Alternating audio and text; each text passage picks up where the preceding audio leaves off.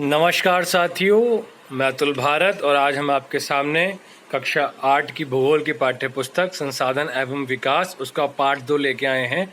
भूमि, मृदा, जल, प्राकृतिक वनस्पति और वन्यजीव संसाधन। इससे पहले हमने पाठ 1 संसाधन कर चुके हैं, जो कि 2 वीडियो के 2 भागों में है और हमारे चैनल पे ऑलरेडी अपलोडेड है, जिसमें हमने नवीकरणीय, अनवीकरणीय, प्राकृतिक संसाधन, मानव निर्मित संसाधन, ये सब के बारे में आपको अच्छे से बताया है। अगर आपने वीडियो को नहीं देखा है तो आप कक्षा 8 की भूगोल की वीडियोस जो हैं वो देख सकते हैं। उसका जो लिंक है डिस्क्रिप्शन बॉक्स में आपको मिल जाएगा और कमेंट बॉक्स में भी आपको मिल जाएगा। साथ साथ अन्य जो एनसीईआरटी से जुड़ी हुई 8th क्लास की जो हिस्ट्री की हैं, हमारे अतीत, ये सारी वीडियोस भी आपको चैनल पे मिल जाएगी। लेकिन आपको सबसे पहले चैनल को सब्सक्राइब करना है ताकि आप वीडियो तक पहुँच सके, है ना।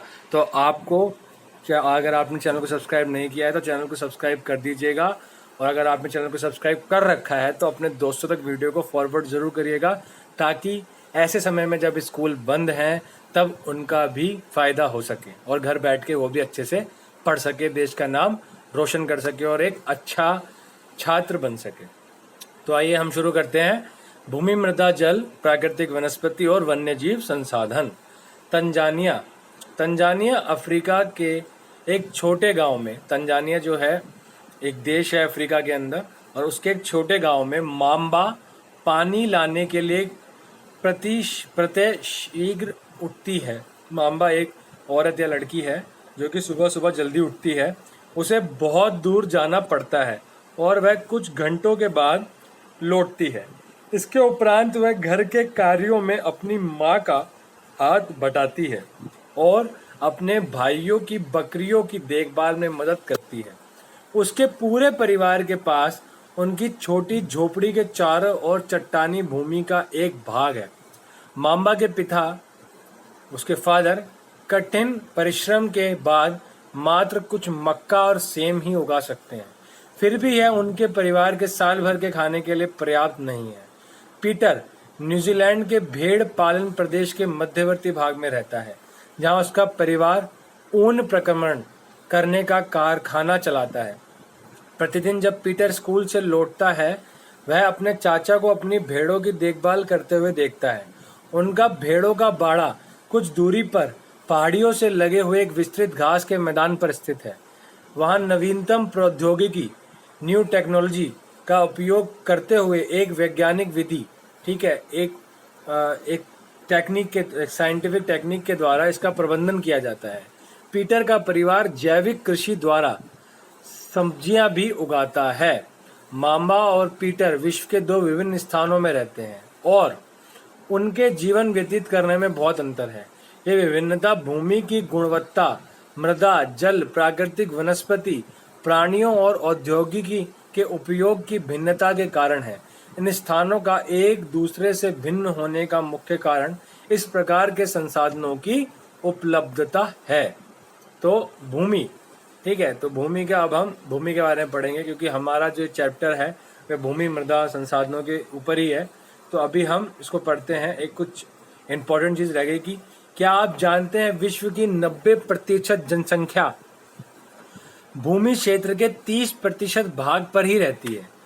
शेष 70% भूमि पर या तो विरल जनसंख्या है या वह निर्जन है, मतलब यहाँ तो वहाँ पे कोई रहता नहीं है, या फिर बहुत कम जनसंख्या है, बहुत थोड़े बहुते लोग ही हैं, बहुत थोड़े बहुते। भूमि, सभी महत्वपूर्ण प्राकृतिक संसाधनों में भूमि भी शामिल है। भूपृष्ठ के कुल क्षेत्रफल का लगभग 30% भाग भूमि है, ठीक है। जो हमारे विश्व है उसका जो भूपृष्ठ है, जो ऊपर जो दिखता है, उससे कुल क्षेत्रफल का लगभग 30% भाग पर ही भूमि है। यही नहीं, इस थोड़े से प्रतिशत के भी सभी भाग आवास योग्य नहीं है, और इन सब के भी जो सारे जो जगह है वह आवास योग्य नहीं है। मुख्यतः भूमि और जलवायु के भिन्न भिन्न लक्षणों के कारण विश्व के विभिन्न भागों में जनसंख्या का वितरण असमान पाया जाता है। ऊबड़ खाबड़ स्थलाकृति, पर्वतों के तीव्र ढाल, जलाक्रांत, संभावित निम्न क्षेत्र, मरुस्थल क्षेत्र एवं सघन वन क्षेत्र सामान्यतः विरल अथवा निर्जन है, मतलब वहाँ पे लोग नहीं रहते। उर्वर मैदानों और नदी घाटियों में कृषि के लिए उपयुक्त भूमि उपलब्ध होती है, इसलिए वहां पे लोग रहते हैं। वहां पे विश्व के संघनन बसे क्षेत्र हैं। इस चित्र में आप भूमि के कितने उपयोग पहचान सकते हैं। ऑस्ट्रेलिया में साल्जबर्ग की जगह है, तो आप देखिए भूमि का कितना उपयोग है। यहाँ पे है ना, खेत भी है, जमीन भी है, उधर पीछे जंगल भी है। इस प्रकार से भूमि उपयोग, भूमि का उपयोग विभिन्न कार्यों के लिए किया जाता है, जैसे कृषि, वानिकी, खनन, माइनिंग जैसे कहते हैं, सड़कें बनाना, उद्योगों की स्थापना के लिए।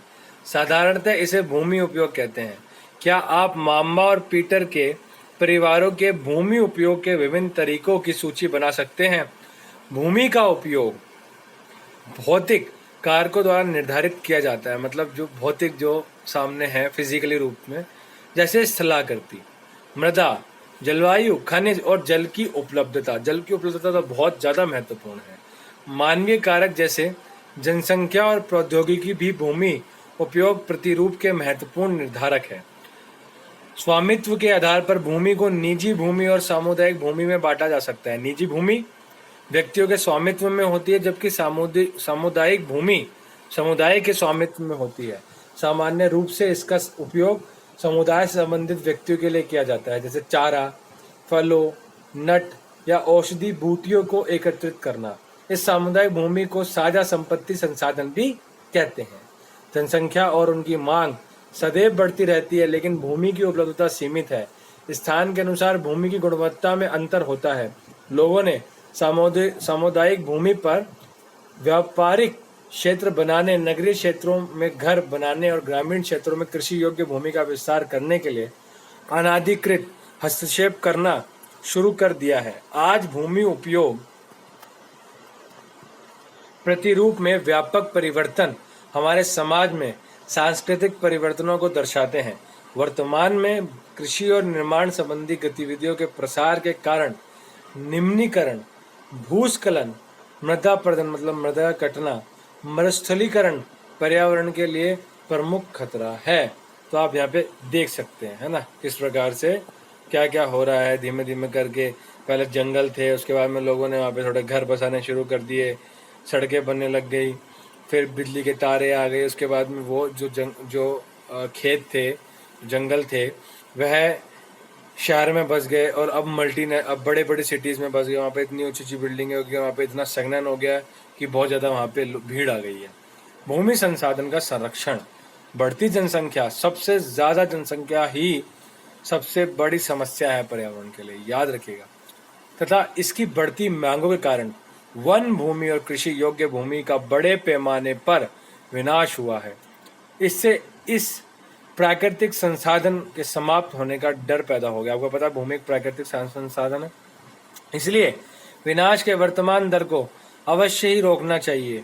वन रोपण, भूमि उद्धार, रासायनिक कीटनाशकों और उर्वरकों की विनियमित उपयोग तथा अतिचारण पर रोक आदि भूमि संरक्षण के लिए प्रयुक्त कुछ सामान्य तरीके हैं।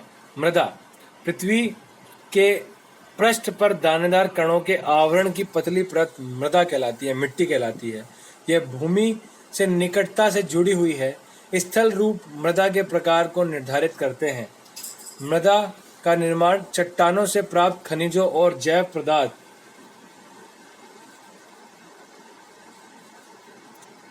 तथा भूमि पर पाए जाने वाले खनिजों से होता है। ये अपक्षय की प्रक्रिया के माध्यम से बनती है, मतलब क्षय की प्रक्रिया से बनती है। खनिज और जैव पदार्थों का सही मिश्रण मृदा को उपजाऊ बनाता है। देखिए, मृदा के उपजाऊ बनाने के लिए जलवायु, तापमान, वर्षा, अपक्षय और ह्यूमस निर्माण की दर को प्रभावित करते हैं।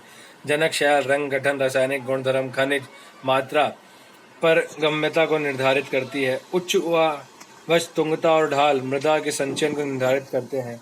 वनस्पति, प्राणी जात और सूक्ष्म जीव ह्यूमस निर्माण की दर को प्रभावित करते हैं। समय मृदा प्रच्छिदिका की मोटाई को निश्चित करता है।